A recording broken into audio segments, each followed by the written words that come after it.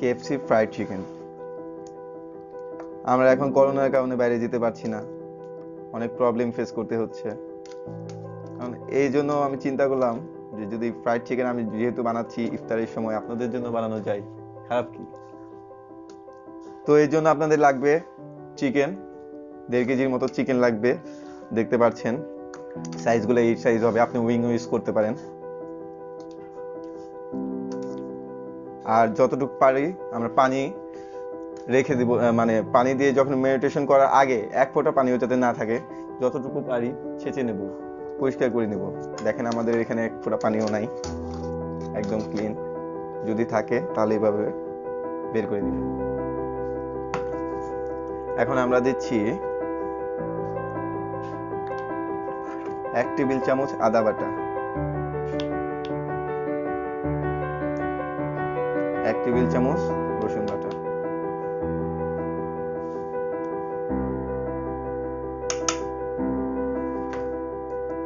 এরপর আমাদের লাগবে 2 টেবিল পরিমাণ সয়া সস,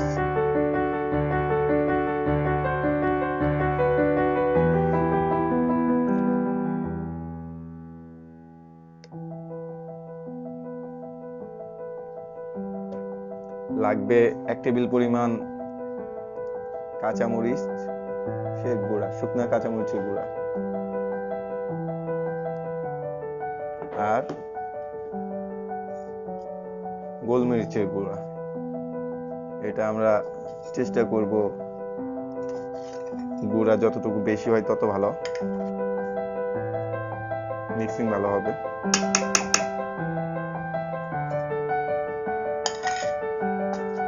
আর আছে লবণ, যেহেতু সয়া সস দিয়েছি লবণ দিতে হবে, কিন্তু একটু কম পরিমাণ দিলেও হবে।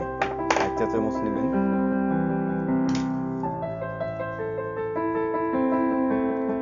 এখন এগুলো সবগুলা মাখাবেন।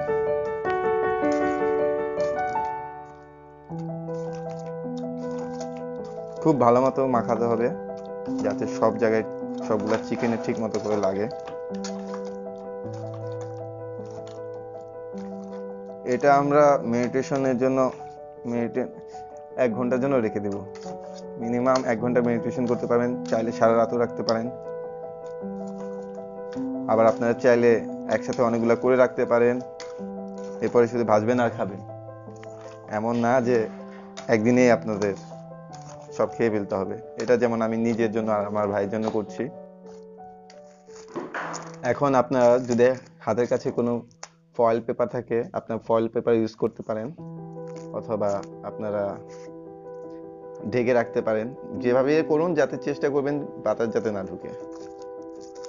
কারণ মেডিটেশনের সবচেয়ে প্রথম ফর্মুলাই হচ্ছে বাতাস ঢোকা যাবে না। তো আমরা এখানে আমাদের কাছে ফয়েল আছে, আমরা এটা দিয়ে করছি।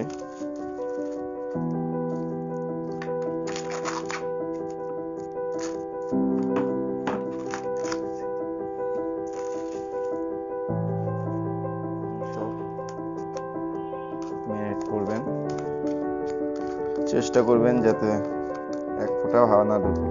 এটাই সিস্টেম মেডিটেশনের।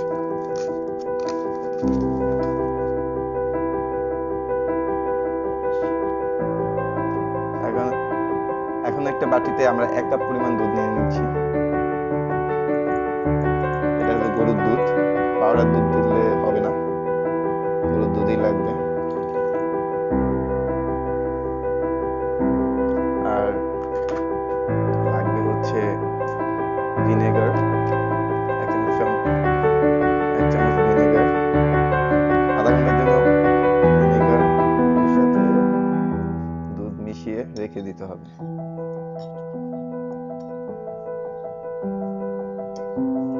আপনারা এখানে লেবু ইউজ করতে পারেন ভিনেগারের বিপরীতে।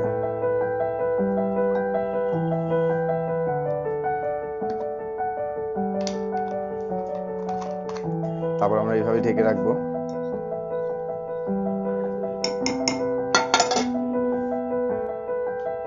আমরা দুধটা রেখে দিয়েছিলাম আধা ঘন্টার জন্য।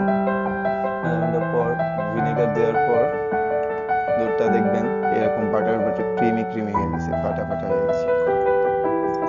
এটাই আমরা চেয়েছিলাম। এখন একটা ডিম দিব।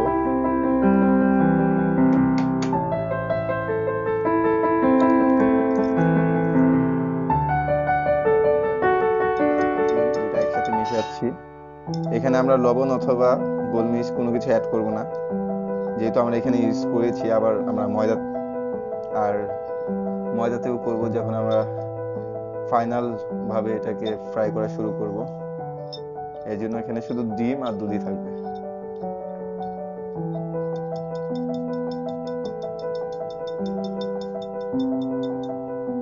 এখন আমরা 1.5 কাপ পরিমাণ ময়দা দিব, 3.5 কাপ পরিমাণ ময়দা দিব 1/2 কাপ কর্নফ্লাওয়ারের সাথে। কর্নফ্লাওয়ার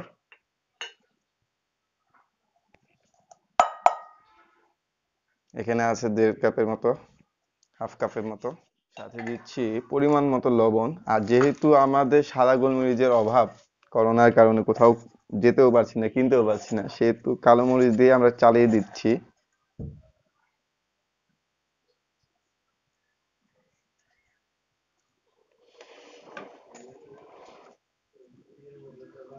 যথেষ্ট হয়েছে, বেশি দিলে আবার টেস্টটা নষ্ট হয়ে যাবে।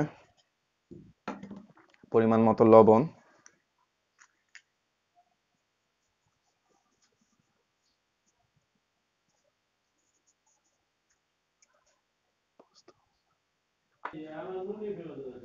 এখন ভালো মতো এটাকে ঝাঁকিয়ে ঝাঁকিয়ে নিতে হবে যাতে ময়দা আর কর্নফ্লাওয়ার সমানভাবে এখানে মিক্স হয়।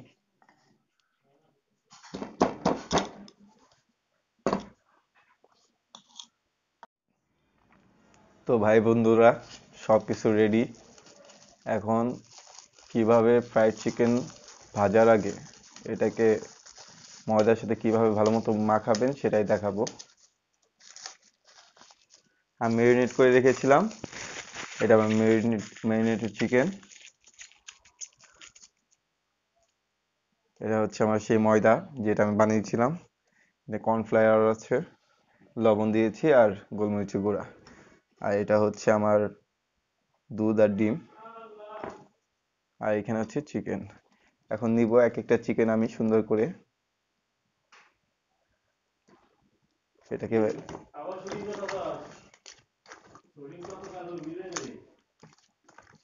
সুন্দর করে ভালো মতো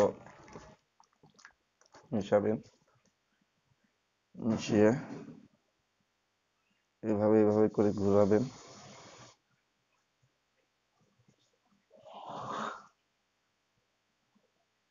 এরপর এটাকে এটার সাথে রাখবেন। একবার করেই করবেন, তারপর আবার দিবেন, দিবার পর ঘোরাবেন। সুন্দর করে ঘোরাবেন যাতে কোথাও বাকি না থাকে।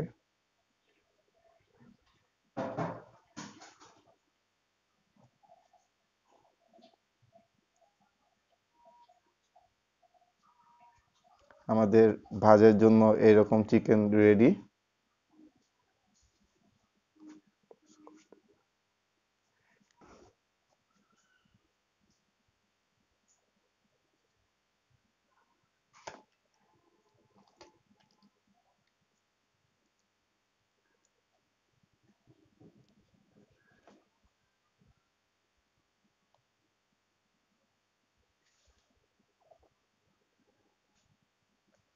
দশটা চিকেনের জন্য 3 কেজি আটা আর 3 কাপ আটা আর 1/2 কাপ কর্নফ্লাওয়ারই যথেষ্ট আপনাদের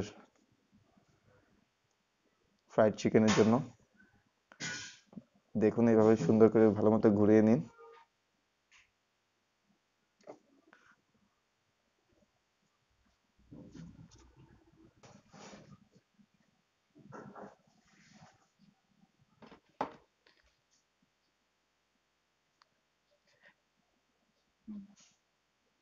এই আমাদের চিকেন, আমাদের স্টাফিং করা শেষ।